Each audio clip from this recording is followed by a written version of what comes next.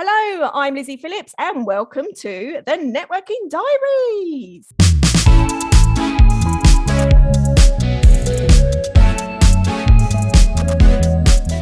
There we go. With me today, I have two lovely ladies that I'm going to be introducing very shortly. First of all, if you are tuning in on YouTube, apologies for the lack of makeup today. In fact, this kind of leads on to the reason why we have a wonderful guest with us, is I was very stupid. Now, here in the UK, because I guess I'm from the US, we call ourselves a bit of a plonker if we do something stupid. And I did something stupid in January where I decided to turn around for some conditioner, which is very dangerous, by the way, because I managed to slip up and out of the bath backwards, hitting my head and giving myself a brain injury, basically, which is the reason why we haven't had these guests on before now.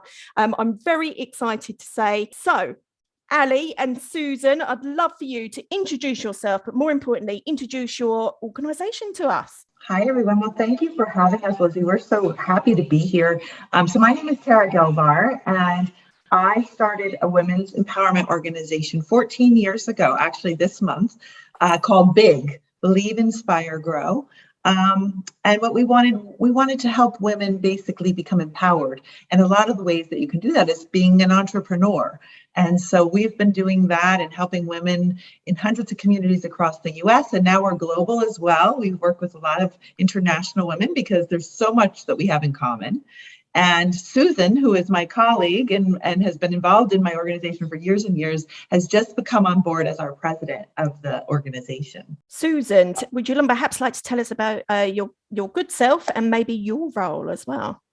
Yes, well, I'm so glad to be here. Thank you so much. And as Tara mentioned, I am now the president of BIG, but I have such a long history. It was one of the first women's organizations that I joined when I left my 9-to-5 job as a graphic designer. And I've been part of it all the way up until when I moved to another state where I really couldn't participate in the in-person events. And then just as COVID hit and the pandemic, that's when I was able to jump back in and help with the virtual and the global, and it has been just amazing. My background is I'm a coach, a mindset and achieve coach for women in business, and I help women really bridge the gap between their personal and professional life. And I work with a lot of moms, so between their mom life and their biz life, to stop the tug of war, to create the simple and consistent self-care, to create those family boundaries while having a profitable business, right? And having fun. So that's what I've been doing the past 13 years. Wow. I've got so many questions for you two. Be prepared, folks. So, Tara, maybe you can tell us a little bit more about how many members that you have and what really spurs you to set up. Is it, so would you pronounce it BIG or you pronounce it BIG? We pronounce it BIG. It evolved. It just is the way that the women call it. They even call themselves the Bigettes or the Biggies, or I like they just, how women just adopt their own organizations, right? So the question was, how many people do we have? We have hundreds. We have about 500 active paying membership members, and we've had about 8,000 over the 14 years that we've had, because women come in and out. We have a lot of, like Susan, a lot of returns. And thankfully, I mean, the one good thing that came out of this pandemic is that technology lets us connect. And so a lot of our women are coming back who moved out of the region where we used to do all of our in-person events and are able to come back. So we go as far as 3,000 miles away in California. We're on the East Coast of the US, all the way across the pond over to you. We have some UK members and some Spain members and some Canadian members. And that is the one blessing of the pandemic, or at least one of the blessings of the pandemic, is that we get to bond. And our vision is to bring in thousands of women, because we need each other. We need each other to just be able to pick ourselves up on those low days and find more information. So what we like to say is we help women learn, because you're not supposed to know everything about this thing called entrepreneurship and business, right? It's always evolving. Social media is always evolving. So we want you to learn, connect, which is the community, which is what you do, a lot of networking, but really relationship building, and then evolving yourself. I mean, business for women isn't just about making money. It's about purpose and passion and leaving a legacy and doing something worthwhile and being a role model to the next generation. It's Yeah, so I much agree. more than our male counterparts. Everybody has this kind of business light bulb moment where they decide, actually, you know what, I'm going to set this up. This will be a really great product or service. What was your first light up experience? You know, how did you set up Big in the first place? Well, Or I'll tell you why? how I set up Big, and Susan has a different answer. So there's probably two. Oh, brilliant. Go for it.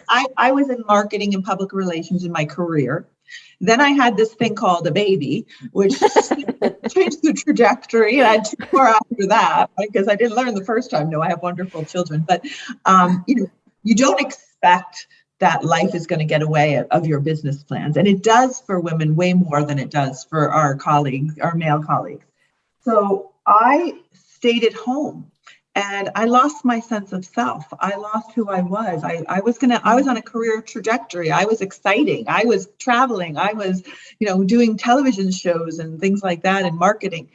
And, being a mom, being a mother changed everything because economically, it almost didn't make any sense for me for childcare to pay for childcare and go back to a job that was always going to always equal the same amount of money. And that's still a lot of the problem out there right now. So for me, what happened, I stayed out, I raised my children, but I was missing that sense of who else am I supposed to do with this life I have? And for me, I saw a bumper sticker on a teacher's car and dropping my middle child off at the middle school, and he was about sixth grade, and it said, remember who you wanted to be.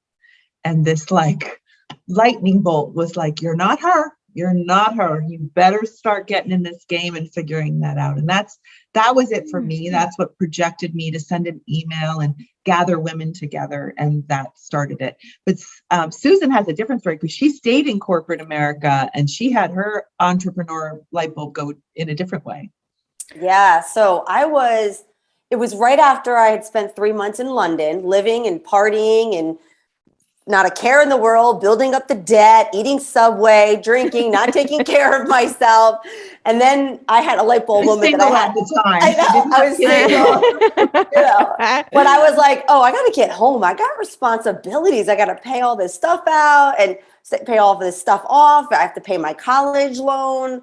And so I came home and I was miserable. And I remember I found a job pretty quick because I use a headhunter. So within 2 weeks back of traveling, I found a graphic design job for a medical company. But I was playing victim and I was blaming everybody and everything. And I was crying and I was miserable. And I was complaining that I was overweight. I was complaining that I was in debt. And I was like my rock bottom at 25 years old, right? And I felt really lost. I felt really depressed as I was going to this job. I was in this gray cube, right? So it's not London. I'm not going to, it's not the open life that I had, right? I have no windows. I have this cube and I'm doing this medical work, graphic design, which was really boring. And I just wasn't happy. And I let it, and it compounded every day that I fed on my victimhood, right? Like it just got worse. It didn't get better because I just kept complaining until one day I had this moment, this aha moment of accepting responsibility. I don't know what it was, but I was in my cube and I was like, whoa, like accept responsibility. You had an extraordinary life that so many people don't get to do. And you made all these choices. You took all these actions. That's why you're here where you are now. Now, what are you going to do about it? And so I ended up going to therapy. I ended up going to the gym. I ended up taking care of myself. And that's when I started IdentityMagazine.net, which is an online magazine, a wellness magazine for women that I used to heal and vent and share my stories because I felt so alone. And 13, 14 years ago, the internet wasn't like it is today. Yeah. And so it's amazing how much has evolved. And I happen to be kind of ahead of the trend there, which I'm never ahead of the trend. But I used that as an outlet to share to just so other people wouldn't feel alone. And that's kind of how I got started. And then 5 years after corporate, I left and I became a full-time entrepreneur, and that I was already involved in Big. And I would work in the morning. I would work at lunchtime. I would work after my job. Yeah. I would stay up all night because I was so excited. I had this new passion and this new project. And I leveraged my youth and I sacrificed spa days and spa weekends with my friends to, have this different life instead of the cube It's an life. unusual life, right? Not everyone gets the entrepreneurial world, right? Yeah. We're a unique group. But once it's ignited in us, there's nothing that can stop it. Yeah. There's like no turning back. No, well, that's a real. Obviously, we're going to be talking about networking later on. But one of the things that both of you kind of really resonated with me, where does that entrepreneurial spark come from? Have both of you got any family members that are in business? Or Susan and I are different in that way. So I don't even consider myself seeking entrepreneurship. I call myself an accidental entrepreneur. I didn't know what I was getting myself into. I knew that I wasn't where I wanted to be, right? I knew I wasn't who I wanted to be and where I wanted to be. I didn't know that I was going toward entrepreneurship. I sent an email out after seeing that bumper sticker to all the women in my local community that said, we're still smart. And maybe we could get together and find a way, because a lot of this was, at the time, these were all these suburban women, right, who have opted out of the workforce for the reasons similar to why I did, for motherhood a lot of times, but it's also when after a divorce, after an illness, after, taking care of your senior parents. It's not just, it's anytime women take a pause in their pursuits of their professional life to nurture other people on this planet, which is what we do for the majority of our life. And so for me, I thought that I was bringing women together who were like me, and we were going to just figure out how we could get more work or more projects locally. It really wasn't to start an organization. It was just to see what else was out there. But then what happened was, once you saw that the women needed each other in order to move forward, that without that, they were going to stay stuck. And they needed that committee, they needed the community, they needed the accountability to each other. They needed the knowledge from each other. And one woman just looked at me in 2009 in my living room when I brought these women together and said, you've just found your new calling. Yeah. Like, what? And I had to take time to think about it. It wasn't a purposeful move. And then it evolved. And I don't know if I knew the vision of 13 years that I would have taken it on at that moment in that time. But you grow into it. Yeah, I very much believe that things do happen for a reason and that there's quite often just timing to everything. So, I mean, you mentioned suburban motherhood. We haven't actually mentioned where you guys are based and where you are dialing in from today. Yeah, we're on the East Coast of the US. I'm in New Jersey, and Susan is about an hour and a half away from me. She also grew up in New Jersey, right outside of New York City, about 45 minutes outside of New York City. And Susan grew up in New Jersey as well, but now she lives a little bit more west in Pennsylvania. In the mountains. In the mountains. Yeah. And how is that good? So we're having a mini heat wave here in the UK. At the moment, it is currently, I don't know what 19 degrees is in Fahrenheit, but it's very warm. That's nice. We're having a London day. It's very cold. Yes. Exactly. How ironic is that? Yeah. Yeah, I know. Susan, I'm going to come onto your entrepreneurial background in a minute, and then I'll share my story. But one thing I must point out, I'm sure my listeners are going to be laughing their heads off, because I was supposed to go to New York twice during the pandemic, and then it just never ever happened. And I literally missed the cutoff point for when the borders opened, 24 hours. So, so I'm sure they'll be saying, I just need some form of invite to go back. That's fine. You have an invite. We're inviting you. You have an open door invitation. I would love that. We will come and take care of you in New York. Yes, absolutely. So, Susan, did you have, I find this really fascinating, particularly as you mentioned you were 25 when you decided to set up. So I was quite similar. So I'll tell you my story, and then it'll be interesting to see if we've got any sort of similarities in terms of family background. I went to uni in London. That's what we were talking about before we hit the old record button, and went through the marketing design agency, which was great. But it is in marketing. I'm sure relate to this is you very much work hard and play hard, not much time for anything else. And then went and worked for Business Link Essex, which was a government funded organisation. So in the UK, there's actually used to be quite a lot of government funding to help sort of promote entrepreneurship and almost encourage it, which is one of the questions I've got for later, actually. And I thought, you know what? After being told that my contract was coming to an end, my assistant was kindly got the job, although it was cheap or anything. I decided, right, you know what? I'm going to take my own advice, working for a government organisation that promoted entrepreneurship, to set up my own networking group and marketing services. And I was only 24, and I loved it. I loved the passion of it, but I found it incredibly lonely. And I found it really quite challenging working on my own. Yeah. It got to the point where I'd worked in a large team to a much smaller team to literally on my own. And quite often when you'd maybe ask your colleague sitting next to you what they thought of something, there was nothing like that at all. And I was making really great money. I've been in quite a few awards for Entrepreneur of the Year, but I was miserable, really miserable. So I did the opposite, and I went back to work for a bit. I went to work for my dad.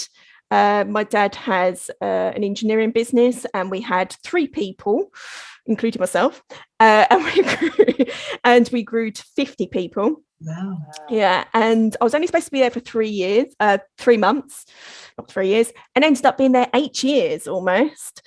And my lovely dad one day saw that I'd kind of grown the business, grown the bit that I really enjoyed, which was networking, but it was just under his business name. And one day he decided to put my P45, which is, I don't know if you have the similar there, which is basically the document when you leave a company. So it's basically fired me and put the company we'd registered the company name. So that's where Gilvar Business Services comes in. And a little note with a check to say, I think it's time that you go and do this yourself. So push you out of the nest. Huh? So it's like, wow, a mighty push. I love that story. I think I've never heard, like, that's the first I've heard of like a parent doing something like that. I think that's amazing. Yeah. I don't think I would have done it otherwise. I mean, I really enjoyed it, but it was the safety net of being somebody else's. It's that drive. Well, not necessarily drive. I think you have a drive anyway. I think it's probably the push that I needed to say, actually, you know what? Something, yeah, I heard a similar story of a woman. She was a hairdresser. She was really good at it. She was building up her business. Her father bought a building and said, "This is your building. Get to work." Oh my gosh, so cool. And she now has 3 successful salons in the area, and she is a true entrepreneur. But her father did the same thing at a young age. Wow. In her late 20s. The responsibility was, and you're going to pay the rent. Yeah. Wow. Yeah, I think I probably just needed the responsibility actually being passed on to me. Well, so Susan, staying in the same place never is growth, right? It's true. Yeah, I don't think I would have left otherwise, to be honest. Yeah. I was too comfortable. So Susan, tell us a little bit more about your background.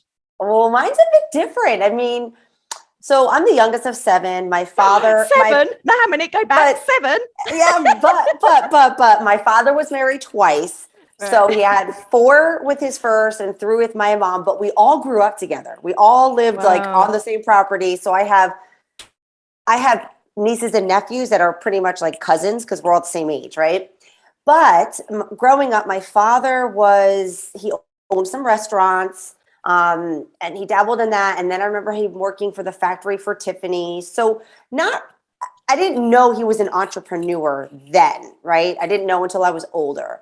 But when I started my business, I had a partner, which I don't know if I'd be where I am today if it wasn't for her. We started the magazine together, and then it was like a year and a half later, she didn't want to do it anymore. And I remember crying for 2 weeks straight because I didn't think that I was capable of doing it by myself. Right. And I just said, I remember like being on my hands and knees in the floor. I was still living at home with my parents, and I'm like, what are you going to do? I was like, you can do this. You've done most of it anyway. She was just that safety net and an amazing partner to get me started. But I was doing all of the heavy lifting, right? And I knew she wasn't as into it as I was. So I was like, all right, you can do this. And so I went at that time, my brother, here's the amazing thing. And Tara knows my family history. I grew up in a non-traditional family. I mean, we had a lot of drug abuse, mental abuse, infidelity, struggles, a lot of drama to be raised up as in a family. The only stable person in my life was my mom. Thank God, right? She was always sober. She was taking care of everything. She took us to our sports. She made us dinner every night, all that. But everybody now who's living, all of my siblings that are living now, we're all entrepreneurs, except for my one sister who's a teacher. But so when I was starting this business, my brother at that time was clean and running a very successful business. And I reached out to him. I said, what do I do? How do I do this? Can you help me? So I did have that kind of guidance, but he said, you're going to figure it out as you lean in and dive in. He's like, but if you want it, you do whatever you can do to make it happen. And yeah, it's true. And, I just took it one day at a time, gave myself homework, one thing at a time. And I've stayed that course for all these years. I try not to get overwhelmed, and I'm like one thing at a time. I don't try to compare myself to my speed or to anybody else. I just go my pace, and I've continued to win my own race. That's brilliant. It's really interesting that your family's all gone into business. Yeah. So my childhood, both my parents ran their own business. So my mum was an antique dealer. So quite often the Sundays involved lugging up loads of different antiques up different stairs while I sat in the car bored, quite frankly, while she was selling those. And my dad ran, and still does run, an engineer's company. And if I ever wanted pocket money, I would have to earn it. I would have to come up with crazy ways of getting it. And even to this day, we kind of have a bit of a giggle because my dad would say, okay, well, you can wash the car for £5. Back in the 80s, that was a lot of money. You're talking, I would say probably about $20. That's quite a lot for a kid. Anyway, so I quickly worked out that I could kind of offer everybody else's car down the road for the same money. But then I also worked out that my younger brother, who's only 18 months difference, I offered it to him for £3.50, and I was just sitting there with a cup of tea, delegating everybody to wash the car. Brilliant. It's a great way to do it, right? So it's quite funny, yeah. So anyway, they I think I was very much spurred on by them, but everybody in my dad's side of the family all run their own business, whereas in my mum's, the polar difference is quite interesting. Wow. I mean, talking about entrepreneurs, Tara, have you seen and we're seeing that in our networking groups actually over here, that with COVID, obviously, sadly, people have been made redundant, but it's obviously opened up an opportunity for people to start their own business. Absolutely. Yeah. So they call it I've heard it called the she-demic. Oh, I like that. Because it impacted women a lot more in analysis than men. And for some of it was their choice, right? I mean, poor women trying to build a corporate career while they have no childcare, while they have their toddlers crawling on top of them trying to do their business, or even in their corporate world. I mean, I think what the pandemic did was it magnified everything good and bad in your life, right? Yeah, and you had to make some choices. And so a lot of women said, this isn't the life I want to live. Like Susan in the gray cubicle, in some ways, being on a Zoom call with these corporate figureheads over and over again that had no respect for the fact that you're struggling in your home, and they say, okay, well, it's not worth the paycheck, right? I have to figure out how to live the life that I'm supposed to live on this planet, because what we've learned in the pandemic is you never know when this part is over, right? And so I think women especially, who take care of their parents, who take care of the children, who take care of everybody in their community, have had made really important choices. And that has led to a lot of women saying, like Susan did, or like I did by accident, I need to find a new path, and I need a path that I make the decisions, that I'm not under the thumb of someone else to tell me what I can and cannot do with my life. Yeah. And it's a brave decision, but I mean, I think it's once you've tasted that, right? Once you've had the fact that you can survive economically and you can contribute a gift through your talent, and people value that, and it becomes something you can't give up anymore. Deepak Chopra, the famous, Deepak Chopra said, the difference between motivation, where you say, okay, I'm going to do something, I'm going to lose 5 pounds, or I'm going to, 5 kilos, or whatever you lose over there in the UK, you should go on a diet, or to stop smoking, or to save some money. It lasts about 3 or 4 days, right? By motivation alone. But when you are inspired, so when it hits you in your spirit, the root word of inspiration is spirit, in spirit. So when you ignite your inspiration, you can't stop it. It's ignited. I mean, entrepreneurship is really hard. Starting your own business is really hard. Some days it's really bad. Some days the numbers aren't good. But, you go to bed and you say, okay, I'm going to give this up. And you wake up in the morning and you go, can't give it up. I'm going to give it another try. Or you meet someone who says, like Susan, oh, I'll help you. Or, hey, let's connect over to the wonderful women in London who are doing similar, and see if we can get inspired. And when you keep feeding that fire, it's what keeps us going for decades. And it's the money is the fuel. Right? You have to have money, no doubt. It's what pays our livelihood. But it's not the money that we do it for. It's bigger than that. I think that's one of let's move on to because that leads nicely into our networking questions, basically. So one of the things I've been looking at recently is why people join a networking group. So yes, it's to get sales. So that's the reason why they join, but actually that's not the reason why they stay. Exactly. That is exactly true. It's almost like we have to trick them, because I mean, if I compare it to, I've been talking to Susan about this. You talked about university. When you're picking your university, right? You go outside and you go, it has it's offering the courses I want to study, and it's the price tag is, the tuition is in my range, and it's in the community that I want. It's the size of the campus I want, and it has green grass, and you pick that. When you are in that university, you don't have anything to do with those things. It's about who your friends are, what your professors are, who's inspiring you, what your experience as a human being is once you're in it. But you're not going to be able to pick the choice then. You have to pick it on logical terms. But once you're in it, it's all about your emotional connection, your intellectual IQ. Right. So we've learned that we have to dangle you're going to get business leads, you're going to have a community, we're going to help you with your business, come in the pool. And then what you're going to get is a community of supporters, and you're going to get affirmation, and you're going to get validation, and you're going to get not loneliness, like you said before, which is what kills all of us, sitting in a home by ourselves. So people won't put their credit card down for that.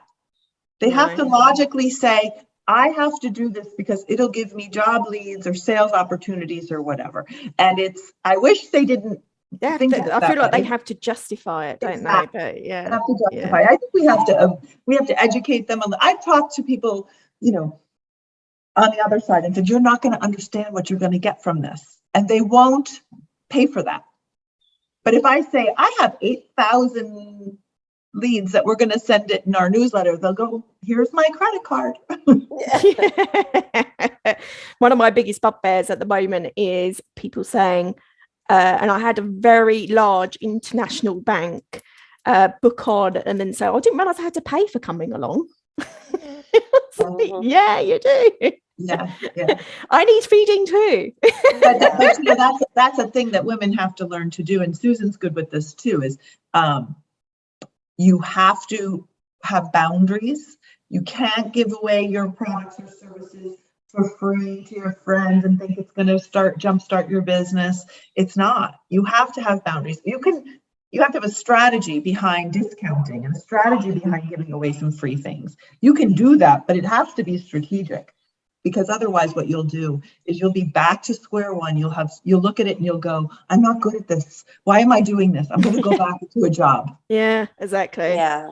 I believe in law of attraction. That's something I've learned with practice is if we're running a business and we want to build our businesses and our brands, and we want people to invest and buy from our products or our services, then we've got to do the same, right? Because the law of attraction really does work, especially like how you manage everything. I know the biggest thing that I've always had to clean up is money, right? The relationship with money and that conversation, respecting it, treating it well. Like when things don't go my way, but when I'm paying attention and nurturing it and loving it and having a great relationship, and then that's when it works in my favor. So I think the same thing with networking and community and just supporting each other is showing up, knowing that we want to support each other, right? And we want to believe in each other, and we want to act how we want to be received. Does that make sense? It's reciprocal. It's reciprocal, and I think we forget that. Yeah, no one wants to be sold to. No one wants to be chased down in a room and have a business card thrown in front of their face, right? I mean, I know you use the word networking, and I know you run a networking, but I actually abhor the word. I really. Yeah. Because to me, what it does, the traditional 80s, 90s way of networking was, here's my card, give me what you have. Oh, I still experience it today. And when people do that, but no one evolved person wants to deal with that, right? It takes relationship building. So when we talk about networking and you use that word, I like to call it relationship building, but that's not what people call it. So just the same way we talked about, we have to call it what it is. We have to call what they're familiar with, networking. But to me, networking, it has one key point. It is an introduction to a relationship. Yeah, it's very true. It is the step one to say, how can we get to know each other better? It's not, buy my stuff, because to Susan's point, no one would want to be treated that way yourself. So and it's also in our organization, we say it's a give before you get place. Yeah. Trust that. Go into a room and say, how can I help you? Not how can you help me? And the law of attraction will magnet way more people towards you, to the point where once you get to that authentic relationship part of this journey, they'll say, tell me more about what you're doing and how I can now help you. And it'll magnify.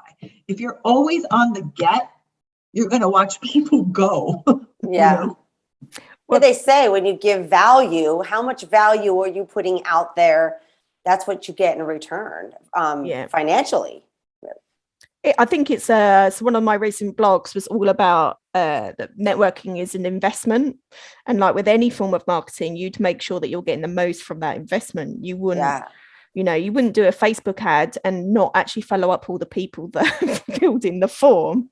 So it's exactly the same. Well, if you go into a networking event, say, I used to use this analogy. So say you're a florist and you go into a networking event and you're looking for people that have like a collaboration. So I run a venue hall, or I run a wedding planner. You're running and you're looking at the business cards and you're reading their names, right? And you see somebody that doesn't have, he's insurance guy. Oh, I don't need him, right? And you just buy him, and you don't have relationships because you think you have on the surface who your target audience is. And what you've just passed up is a man whose daughter's about to get married and has a $50,000 flower budget. And you didn't. Don't get me started. Give him the time of day. Right. So when I go into one of the reasons I used to hate traditional networking was everyone's reading my name tag. Yeah. Everyone's reading whether I'm of value to them. Well, from my name tag. That's one of the top tips that one of our other podcast speakers noticed is particularly women's events, where we're going to mixed networking events, because they are obviously just staring down at your cleavage area. What's that all about? Put it up here. Yeah.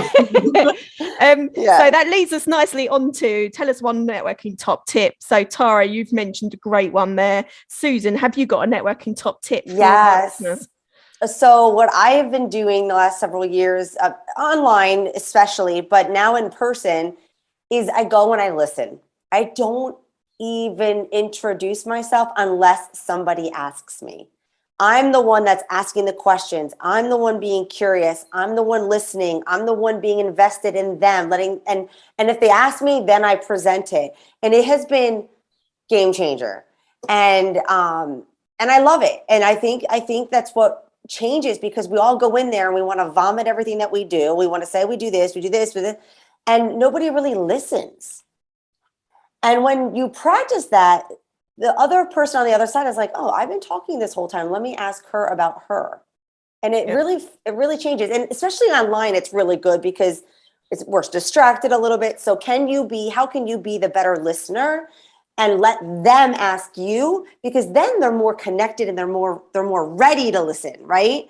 Because I think that's the ego's in the room. It's like, well, let me get this out, and nobody's really listening. But if you choose to listen first, and then when they're going to be like, oh, let me ask her, they're going to actually be listening too. Well, that also comes across that you're more confident, much more assured.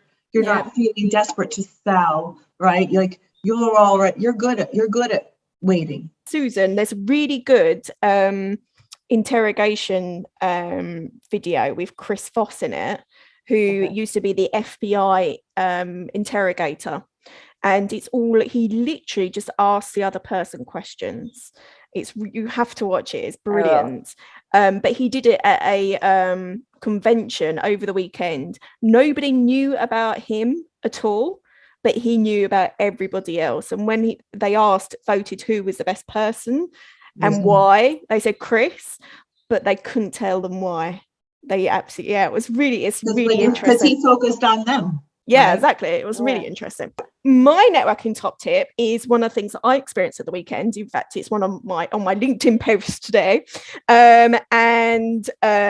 This is kind of the polar opposite of what you were saying, Tara, is people that don't seem desperate. So to give you an example, my husband and I went to a farmer's market at the weekend, like a grand estate close to where I am. And there was a pizza van there, obviously selling slices of pizza.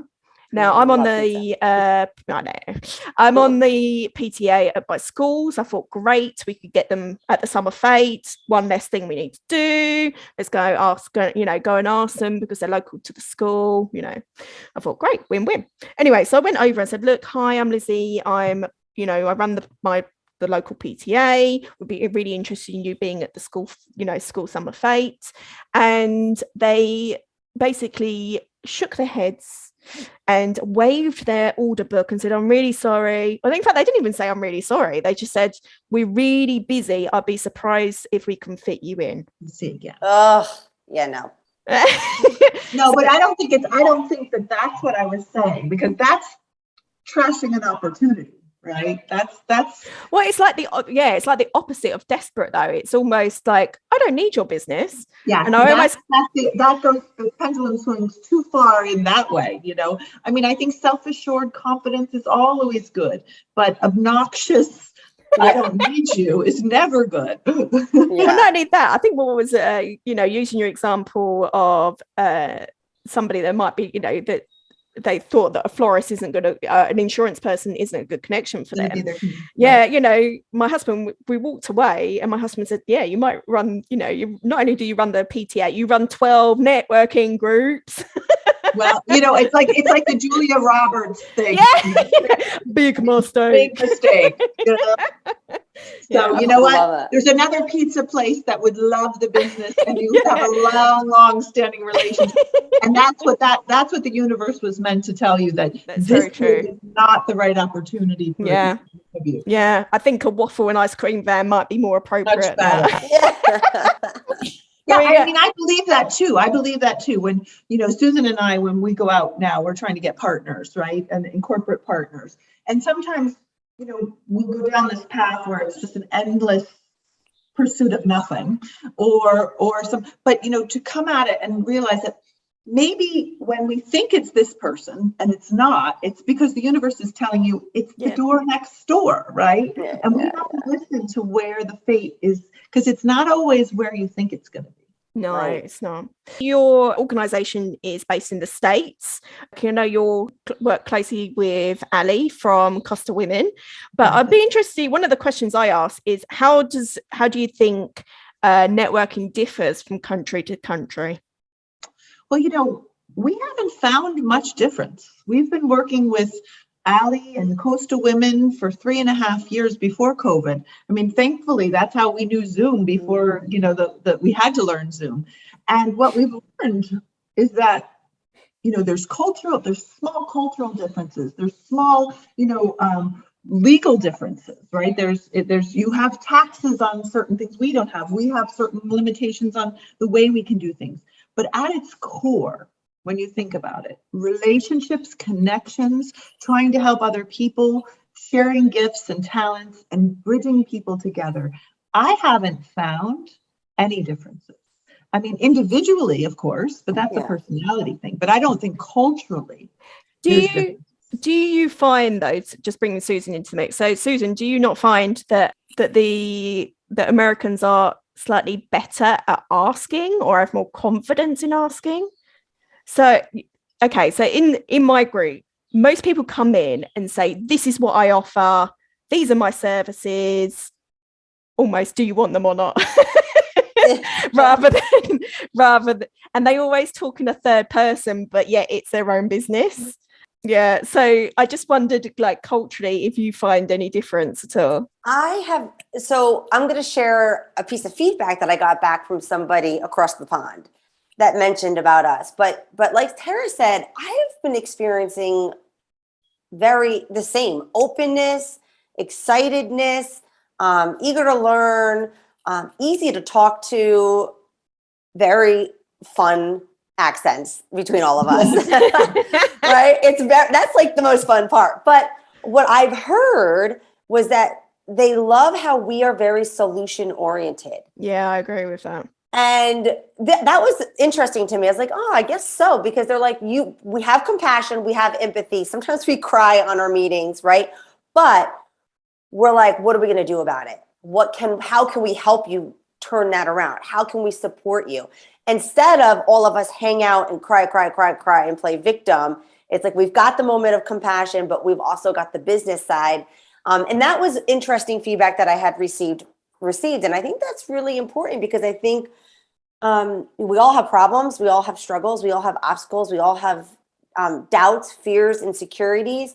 But what are we going to do about it? What can we do about it? And how can we ask for help to get through it? That is exactly I think there's what a misnomer. Yeah, I think that the U.S. reputation, is these like push through the room and that big mouth, loud mouth reputation. Oh, I am loud. I'm not gonna lie. I remember going to Europe and they go, I'd be sitting in a room and you'd hear really loud voices, and I'd hear people say, oh, it must be the Americans, right? And in that way, I think that there are definitely people that are absolutely like that in any culture. I think what Susan and I found out in this little bubble that we work in, this safe and secure bubble where we align our values with organizations like you and Costa Women that have the shared values. We're not those pushy, loud, hear me first, and I'm going to give it to you before midnight tonight and throw in those nuts. Give me your credit card and have your sister-in-law do that too. And I mean, that's not what our organizations are like. I'm sure that, you could go to, Times Square and get the carnival barker or the woman who's so pushy that she's chasing you down the aisles at the supermarket, which exists. But I don't think overall that culturally, it's about your values. And if you align women with the same values with people all across the globe, then none of that has to be the way. It can be a kind and gentle and supportive way. We don't have to compete. We can collaborate. We don't have to feel threatened. We don't have to say, don't buy hers, buy mine. We could say, buy hers. And if you ever need more, I'll be here to help you. Yeah, I do find Americans are much better, like you were saying, asking for help rather than kind of promoting what they have. So they're definitely better at their ask. And I would say that entrepreneurship as a whole is more accepted in the US. So over here, someone will say, oh, what do you do? I'll say, I will work for myself, or I very rarely say I run my own business. Or I'll say, or I run networking events. And then the very first thing someone will say is, that's brave of you. I know. Yeah, but it is brave. Then you say, heck yeah, it is.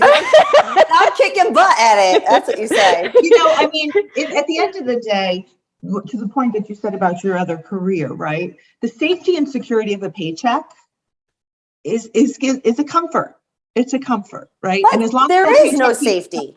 Well, it feels that way while you're getting one. Yeah, because look at what happened in COVID. People lost their jobs like this. Boom, boom, boom. So it, like you said, though, there is that perception that it's safe, but really, it's not. To me, it's a lifestyle choice. It's and I think actually COVID has helped with that. People can see that there is an opportunity there, rather than this is the way that we've always done it. This is the way we're always going to do it. Definitely. And there's a lot of openness. I had done a lot of global retreats. I had done one. I said, I met Ali in Spain. We had gone to Norway, met women entrepreneurs in Norway. We did a group in Ireland a couple of years back, which was phenomenal, in Cork. And we basically had kind of a Shark Tank experience. We're 12 women entrepreneurs from the US. Some of these women had very successful businesses, went to start up women entrepreneurs in Cork. And so in that area, they came from an agricultural background. They didn't have entrepreneurs, so these women had ideas, and they were very nervous and worried. And they spent a lot of time creating their pitches, and they pitched to us, and they pitched their business, and we chose a woman who had an idea, and we brought her over to the US, and we brought her to our events. And it was amazing how much it was similar, but I do, to your point, think they needed that muscle, because I think entrepreneurs in the US have started not in the last 20 years, but in the last 40 years, which is still not that long ago. But the first entrepreneurs came in the 70s, where I think maybe in Europe it started a little bit later. And so we're timely and a little bit more advanced in that way. But I think when an individual goes out to be an entrepreneur, it's that same fear factor. What's the best 1-minute pitch that you've heard, that you both have heard, or what ones do you think really stand out for you? I have one that I always remember, because I thought it was so I had a woman who was a home organizer. She would come in and organize your home. And her pitch was, I will wave my magic wand and let your clutter disappear. Oh, I love it. And I was like, who doesn't want that? I love that. So I don't know if it's particularly appropriate, but there was a wills and probate lady that obviously did wills, and her catchphrase was "See me before you go." I still remember it years on. Yeah, I remember it. Yeah, there we go. Now I need to come up with something. Well, apparently the best pitches, if you're consistently doing it by having a catchphrase at the end, it's just like that memory thing of constantly remembering what they do, and a bit of an enhancement. There we go. Susan, any particular ones that really stand out for you? Man, none like that. I mean, I love the ones though that are on target, like short, sweet, and just clear. And I think that's one of the things that we get to do within Big, because we all practice our pitches all the time. Like, it's one of the things we all get the opportunity to introduce ourselves. And And it's fun to see how different people, but when they nail it, it's short, sweet, and clear. Yeah. But we call ourselves the guppy tank. We're not the shark tank. We're the guppy tank. We're gentle, and we just want to help you practice and feel comfortable. That's brilliant. This kind of leads me nicely on to one of the last questions is speed networking. So I ran my speed networking session on a couple of days ago because I can't remember. But one of the delegates said to me, you know what, it was a really great way of consistently practicing my pitch over and over and over again. I see that Big do some speed networking online. Susan, do you orchestrate that? We all do. Mostly Tara. We've done it for years. We did it before COVID. Zoom gives you another flavor of it. Yeah, we do. Probably do it a little differently than a lot of people out there because we don't just have them pitch their elevator pitch over and over, because we feel like we have times when we do the guppy tank, that's when they pitch their elevator pitch. But our speed networking really does focus on getting to know each other, and usually it's on a theme. We break them into breakout rooms based on our themes. Our themes at Big, we help women on their entrepreneurial journeys, but we know that you can't be an entrepreneur if the rest of your life isn't in order. So we focus on a holistic approach to women. So we have topics on relationships and on home life and on travel and leisure and fun, so we can come visit you, and on health and wellness as well as entrepreneur. So when we do our speed networking, there's always a theme. And so it's a guided speed networking. So it goes, go into the room for 15 minutes. We're going to break you out and talk about this and have them share. And it can be so many wonderful things. Like, what's the biggest thing you've ever done that you're most proud of? Or what's the biggest struggle you've ever overcome in your life? And when you can put those, then you really get to know people. Yeah, that's really what I love is the one that we're like, what's one thing somebody doesn't know about you? You know, like people laugh. Quite a few about that. Yeah, like when I share that my first job was a butcher. I was a butcher for my first job at 15 years old. Like, people don't know that. Yeah, makes it interesting. Well, I just read a tip, of a person in a job interview when they say, so what? Tell me about yourself, right? And someone says, well, I wanted to he said the best answer he ever got was an interviewee who said, I've climbed every mountain in every 7 continents, the highest mountain in every 7 continents. That gives you a perception of that person well beyond her resume, well beyond her job, right? She's a go-getter, she's an adventurer, so getting to know, bottom line is people do business with the people, not the products, not the services, and they want to do business with people they know, like, and trust.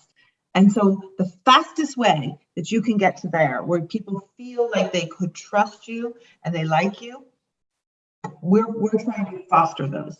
Yeah. So my fun fact, I don't know what this is about me. I have 2 actually, but the one that you'll probably know about is I danced in the opening ceremony of the Paralympics in 2012 in London. Wow. And little did I know that I had such a serious in the game mode in on the actual night that my picture was taken and used as a commemorative stamp. So you can literally lick my face now. I would tell that. Wow, I would too. That is awesome. Look at that. Yeah, there we go. So wow. Everyone should. That is cool. So very last question, Tara, a bit of tongue in cheek. So obviously, Big is a female organization. Do you get any men come along and say, "Are men allowed too?" We have, and we're a very open platform, but we've had no one seriously. I have been asked in tongue in cheek to see if I could open an organization similar to Big for women, because they think men. For men, because men a lot of what we're doing there. And my tongue in cheek answer, but then we would have to call it little.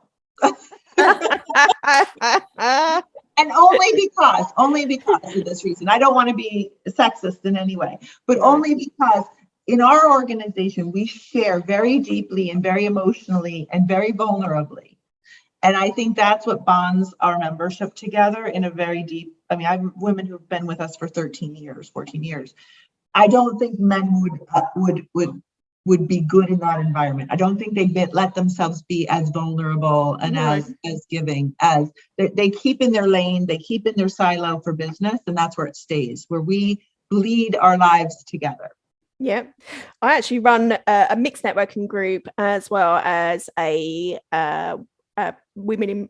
I'm a member or a franchisee of Women in Business Network, and that's one of the questions I get quite often get asked. Can I come along even though I'm a man? I was like, yes, of course. And then they come along and they absolutely hate it.